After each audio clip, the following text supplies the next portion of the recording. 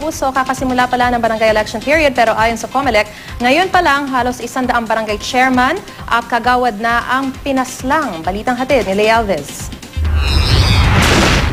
Umaasa ang COMELEC na mahigpit na maipatutupad ang gun ban para maiwasan ng election-related violence. Simula Enero, 47 barangay captain at 49 na barangay kagawad na ang pinatay.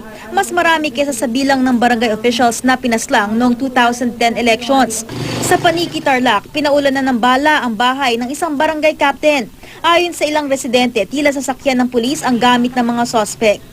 Sa Badok, Ilocos Norte, sugatan sa pananambang ang isang barangay chairman at 3 niyang kaanak.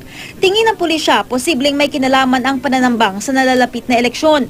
May plano raw kasi tumakbong muli ang naturang kapitan. Sa Inupacan, Leyte, patay ang isang barangay captain ng barilin sa ulo ng mga suspect na nakasakay sa motorsiklo. Politika rin ang anggulong tinitingnan ng pulisya rito. Patay rin ang isang barangay captain sa Angadanan, Isabela dahil sa tama ng bala ng baril sa ulo at katawan. Madaling araw ng tambangan ng biktima ng 2 lalaking sakay ng motorsiklo. Magtatagal ang election period ng 45 araw o hanggang November 12.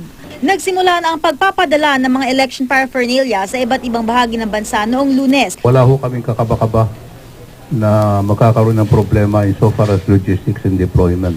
Lampas kalahati na rin ang mahigit 54 million na ballot requirement ang naimprenta na.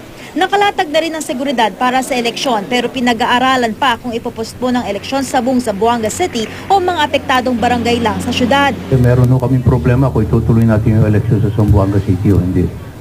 We'll have to make a final report from the AFP and the police. The schools which are always used as voting centers are now used as evacuation centers. Lea Alves, GMA News.